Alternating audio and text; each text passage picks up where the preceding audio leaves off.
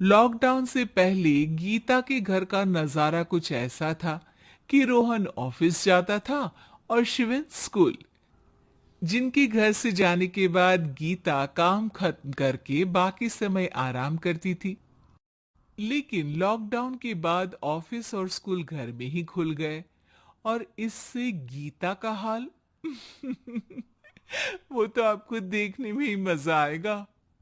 शिवेन, ओ शिवेन, महाराज उठने के लिए क्या 21 तोपों की सलामी लेंगे? अरे बिस्तर से बाहर निकल, ऑनलाइन क्लास स्टार्ट होने वाली है। अरे तुम भी हद करती हो, स्पीकर की तरह चिल्लाने की क्या जरूरत है? दिख नहीं रहा मेरी कॉन्फ्रेंस चल रही है। अब कैमरा और स्पीकर ऑन कर रहा हूं, मुझे कोई शोर नहीं चाहिए। इस पर जैसे ही रोहन लैपटॉप का कैमरा और स्पीकर ऑन करता है, तभी कुकर की सीटी बजती है। करा लो अब इसे चुप। लॉकडाउन नहीं हुआ, मेरी मौत का फरमान जारी हो गया। दोनों बाप बेटे ने नाक में दम किया हुआ है। ऐसा बोलकर गीता वहां से शिविन के कमरे में पहुंच जाती है, जहां शिविन अभी भी सो रहा होता है। ओ आलसी, अब अगर 5 मिनट में नहीं उठाना तो आज तेरा गेम और यूट्यूब कैंसिल। माँ की बात सुनकर शिविन बिना 1 मिनट गवाए उठ खड़ा होता है। उठ गया, अभी नहाकर भी आता हूं। ये नाटक कहीं और, मुंह पर गीला कपड़ा मार और पढ़ने बैठ। शिविन की ऑनलाइन क्लास स्टार्ट हो जाती है, जिस पर गीता उसे वहां बिठाकर रसोई में चली जाती है। थोड़ी देर में उसे कमरे से कुछ आवाज सुनाई देती है, जिसे सुनकर वो कमरे में वापस आती है। हाय राम, तुझे क्लास अटेंड करने के लिए बोला था, कैमरा ऑफ करके बिस्तर पर नाचने के लिए नहीं बोला था। मम्मी मुझे कुछ समझ नहीं आ रहा। आप बाद में पढ़ा देना ना। वैसे भी अटेंडेंस तो लगी गई है। हाँ हाँ बेटा, जरूर बन जा। तू अभी से हम सबका बाप बन जा। अरे नहीं मतलब, कहां से लाते हो इतना दिमाग? और पढ़ाई करते हुए ये चला कहां जाता है? Nice question. दिमाग से पूछकर बता दूंगा। शिविन की बातों से परेशान होकर गीता उसे मारने के लिए जैसे ही आगे बढ़ती है, तभी वो कमरे से बाहर भाग जाता है।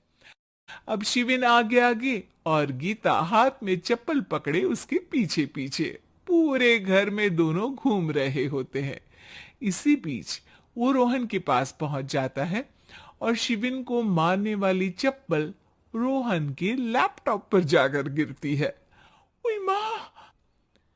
मम्मी, अब पापा को चप्पल मार रही हो? वो आज तक के रिपोर्टर, चुपचाप जाकर क्लास अटेंड कर ले, नहीं तो अगली तेरे पीछे लगेगी। इस पर शिविन वहां से चला जाता है, जिसके बाद रोहन गीता से कहता है, इस सर्कस के लिए कुछ बोलना चाहोगी? अरे क्या करूं, जब से तुम दोनों घर में रहने लगे हो, घर अपने आप ही सर्कस बन गया है और मैं तुम्हारी नौकर। कभी बेटी को संभालो तो कभी बाप के नखरे उठाओ। इन्हीं सब उथल पुथल में दिन बीतते रहते हैं, जिसमें हर रोज घर के अंदर कुछ नया सियप्पा खड़ा मिलता है, जो ज्यादातर शिविन और रोहन की ऑनलाइन स्कूल और ऑफिस से रिलेटेड ही होता है। एक सुबह, शिविन चल उठ, आज की क्लास जल्दी है। कैमरा ऑफ करके आप अटेंड कर लो। अरे ऐसे छितर पड़ेंगे, दादी नानी सब एक साथ याद आ जाएंगी। गीता की लाख मशक्कतों के बाद क्लास तो खत्म हो जाती है, लेकिन उसके बाद शिविन फोन इस्तेमाल करते हुए इंस्टाग्राम रील बनाने लगता है। रसोड़े में कौन था? तुम थी? मैं थी? कौन था? कौन था? हाँ, मैं गरीब हूँ। मैं गरीब हूँ। अरे ओ गरीब के बेटे, आजा, मैं बनाती हूं तुझे गरीब। मैं बताती हूं रसोड़ी में कौन था। पढ़ाई करने बोलो तो इनकी मां मर जाती है। और ये पागलपंतियां जितनी मर्जी करा लो। गीता शिविन को डांट रही होती है, तभी रोहन बीच में बोल पड़ता है, अरे बच्चा ही तो है, इतना गुस्सा क्यों कर रही हो? बेटे का साथ देने की इसी एक कोशिश में अब शिविन के साथ साथ रोहन भी गीता के गुस्से की सूली पर चढ़ जाता है। अगर बेटे पर इतना ही प्यार आ रहा है तो इसे क्लास अटेंड क्यों नहीं कराते, इसका होमवर्क क्यों नहीं कराते? उस समय तो बहुत जल्दी मीटिंग आ जाती है, वो काम मैं करूं और यहां इस बेफिजूल की चीज में तरफदारी करके बन जाओ महान। हे भगवान, कोई तो इनके ऑफिस और स्कूल खुलवाओ, मैं इन्हें और घर में नहीं सह सकती। अरे कुछ और मांग लेती, क्योंकि तुम्हारी ये विश इस साल तो पूरी होने से रही, कोरोना। हाय, नास बेटे ने जिंदगी ही बर्बाद कर दी। खाए कोई पचाए कोई, कल मुझे चुन चुन कर सबको मेरी बद्दुआ लगेगी। उन्होंने दुनिया का और इन बाप बेटे दोनों ने मेरा जीना मुश्किल कर दिया।